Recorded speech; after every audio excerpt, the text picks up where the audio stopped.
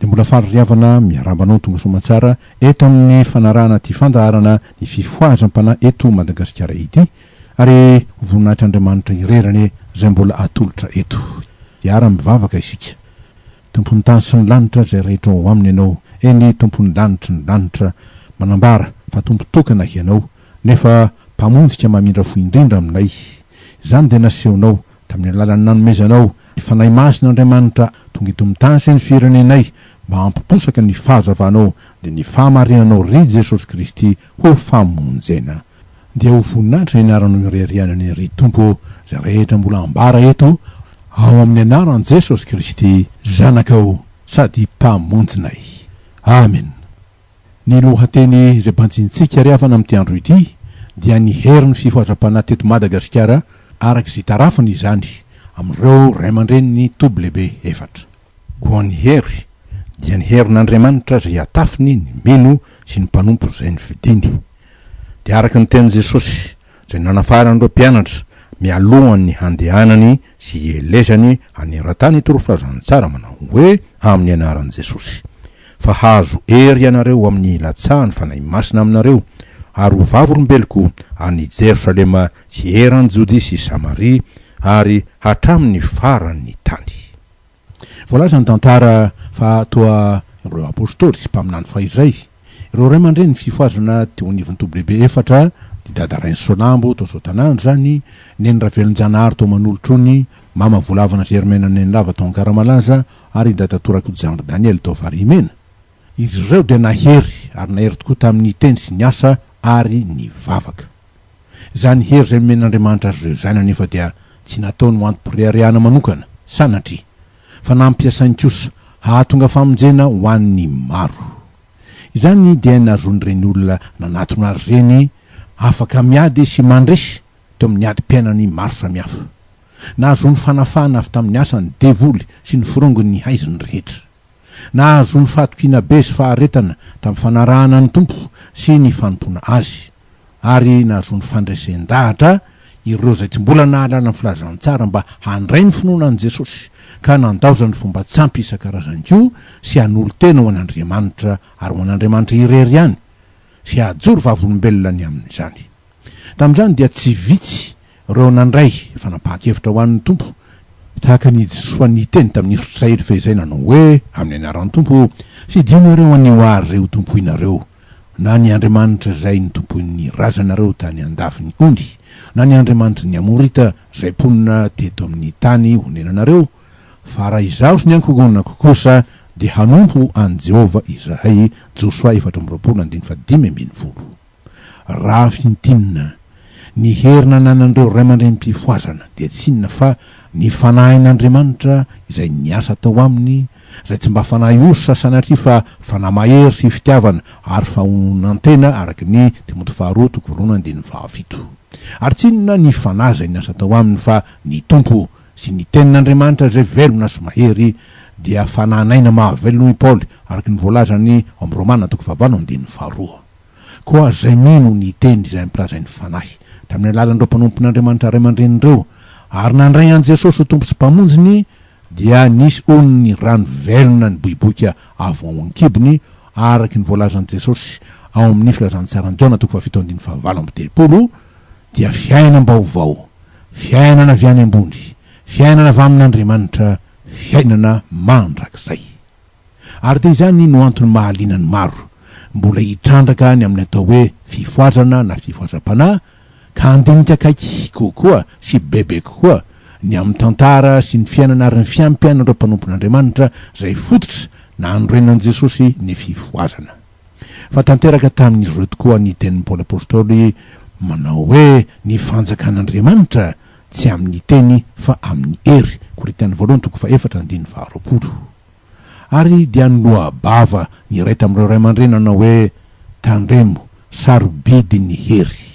dia ny hery asana ny asan'Andriamanitra, ny hery andresena ny ratsy rehetra, ny hery ijoroana vavolombelona ary aretana amin'ny finoana sy ny fanompona ny tompo. Notafina sy finoana tokoa ny herin'ny fanahy masina ireo mpanompon'Andriamanitra ray aman-drenindreo araky ny tenin'i Jesosy tamin'ny mpiainany manao hoe fa azo hery ianareo amin'ny alatsahany fanahy masina aminareo ary ho vavolombeloko any Jerosalema sy erany Jodea sy Samaria ary hatramin'ny farany tany. Zava-dehibe ny ery, fa raha tsy misy ery avy amin'Andriamanitra tsy ahavitana ny asan'Andriamanitra. Ny asa toy ny Paoly tokoa reto mpinompon'Andriamanitra ray aman-dreny reto, ary tamin'izany dia nanjary olona natahorana Paoly amin'ny lafiny anankiray, na koa nataony sasany ho Andriamanitra ivavahana mihitsy aza tamin'ny lafiny hafa. Nahoana no hoe natahorana? Hoy ny fitantarana soratra masina manao hoe amin'ny anaran'i Jesosy. Ary rehefa nirahiny fanahy masina izy roa lahy Paoly sy Barnabasy zany,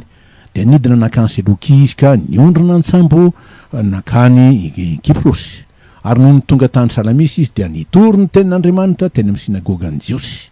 ary nitondra ny jaonina koa ho mpanampy azy izy. Ary rehefa namaky ninosy ka tonga tany Pafo izy dia nahita Jiosy anankiray atao hoe Bar-Jesosy, mpanao ody sady mpaminandry sandoka, izay nitoetra tao amin'ny Sergio Paulo, governorany tany sady lehilahy endry. Ary izy nampankany Barnabasy sy Saoly ankao aminy ka naniry mba hahare ny tenin'Andriamanitra. Fa Elima na Elima, mpanao ody, fa izany no anarany Bar-Jesosy raha dika, nanohitra ry roalahy sady nitady ampivily ny gouverneura tsy hanaiky ny finoana. Fa Saoly kosa izay atao hoe koa Paoly, feno ny fanahy masina dia nibanjina azy ka nanao hoe iala feno ny fitaka rehetra sy ny fahafetsena rehetra, iala zanaky ny devolo sady fahavalon'ny fahamarinana rehetra, tsy hitsahatra tsy hamely ny lala mahitsy ny tompo va iala. Ary indro ankehitriny ny tanan'ny tompo hamely an'ny lahy dia ho jamba iala ka tsy hahita masoandro aloha,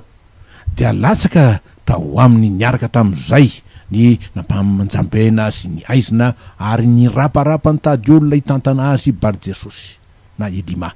Ary ny gouverneura no nahita izay efa natao dia nino sady talanjona tamin'ny fampianaran'ny tompo, asan'ny apôstôly toko 10:14 ka hatramin'ny 12.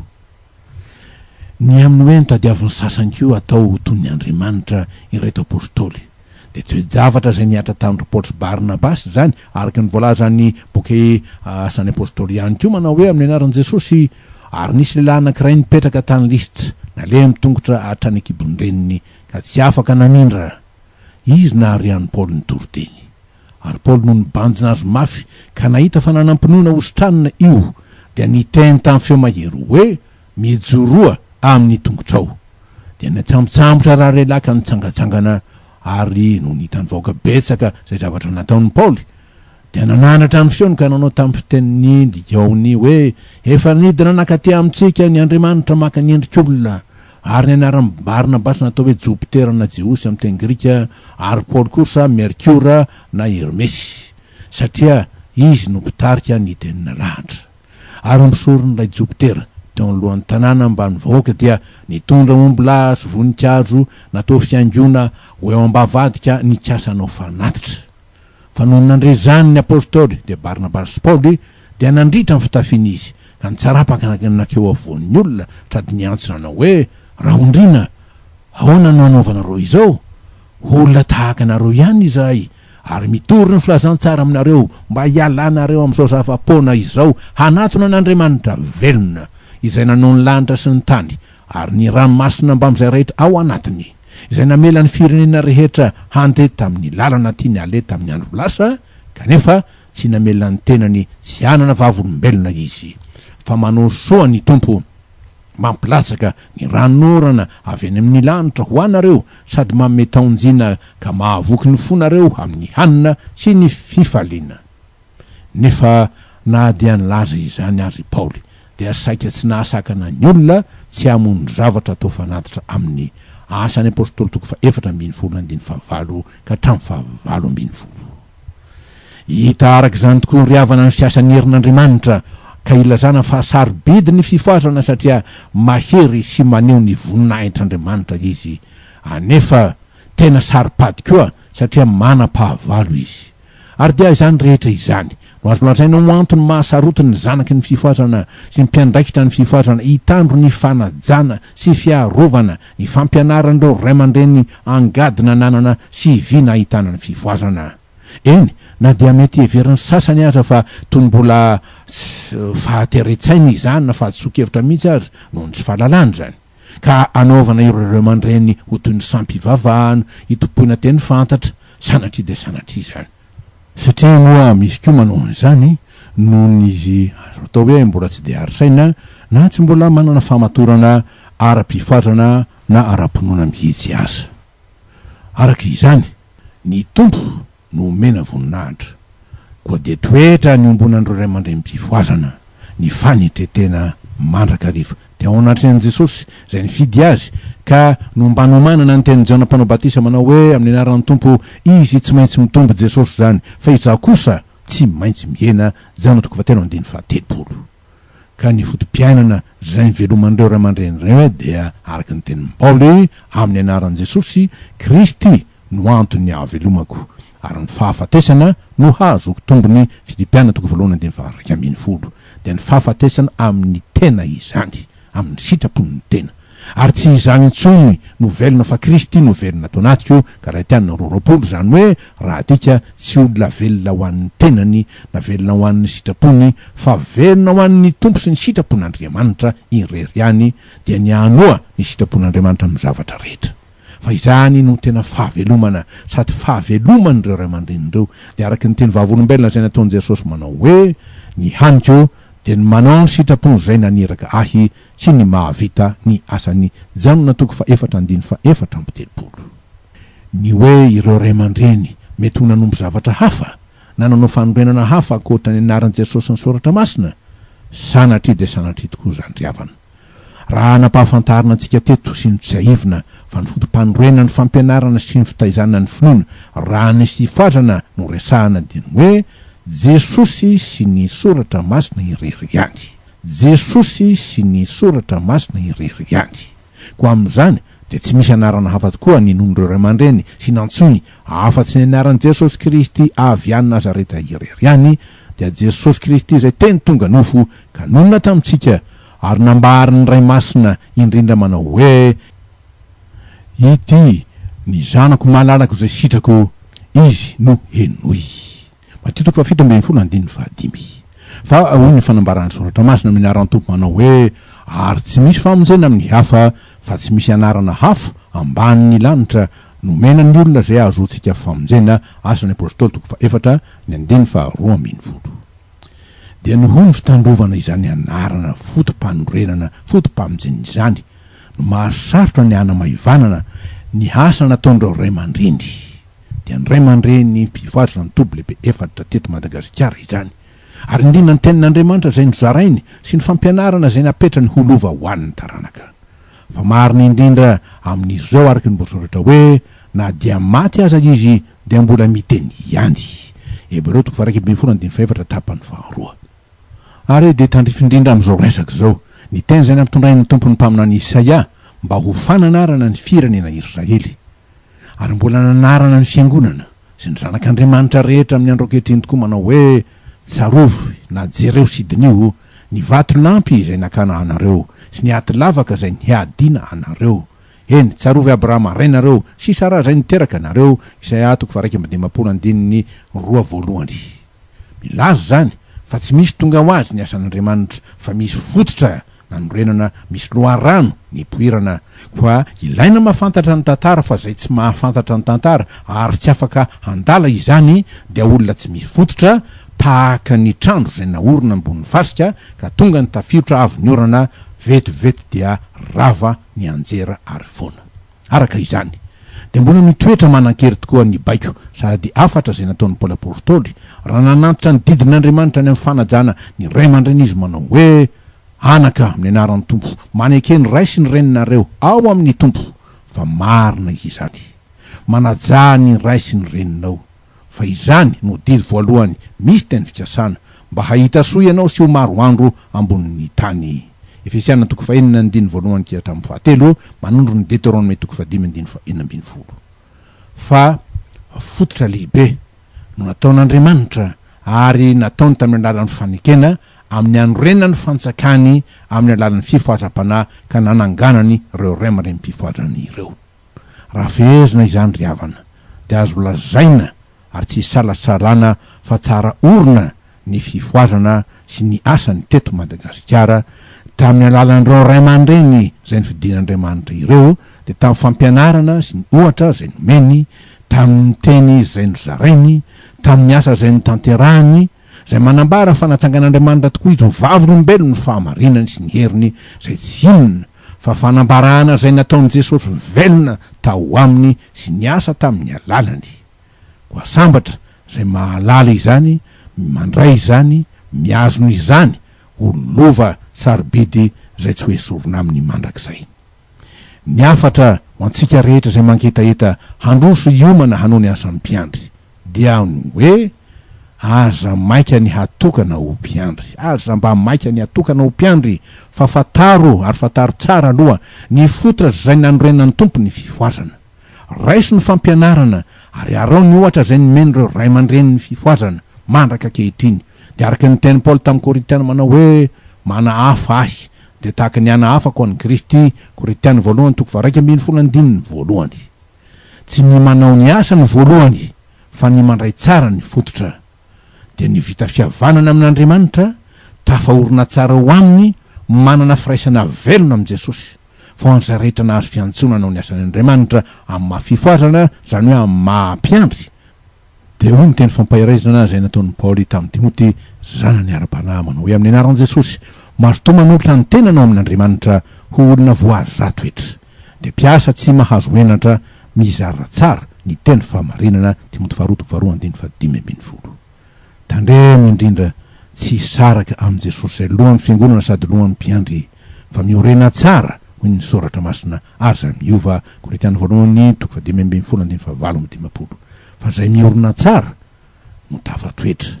mamoa tsara, mamoa be ary mamoa maharitra, ka akasitrahan'ny tompo sy tenena manao hoe tsara izany ry mpanompo tsara sady mahatoky, natoky tamin'ny kely ianao ka ataoko ho mpanapaka ny be midira amin'ny fifalian'ny tomponao. Ho voninahitran'Andriamanitra. Amen.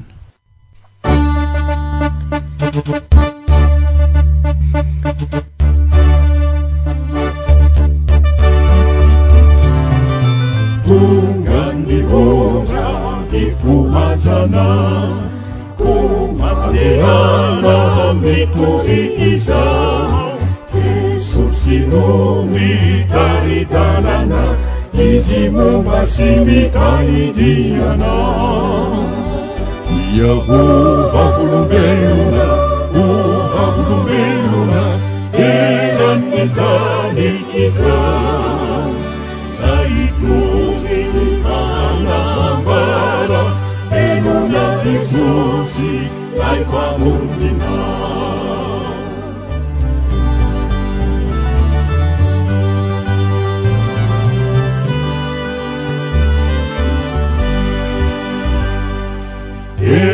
Efanueni tupu ifana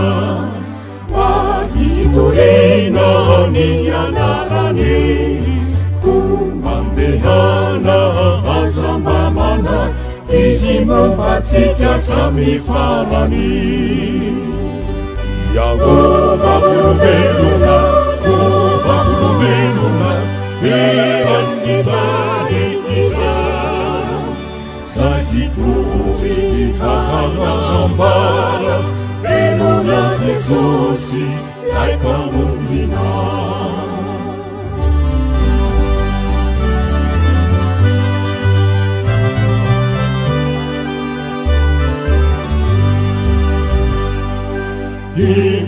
Imakareta timitsakacha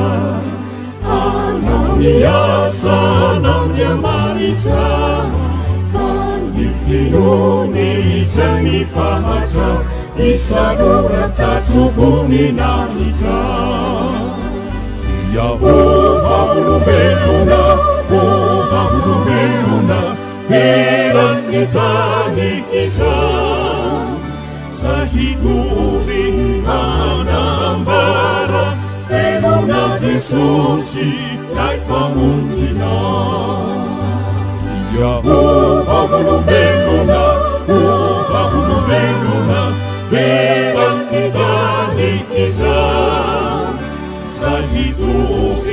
Anambara, Tenona Jesús, ai pamontina.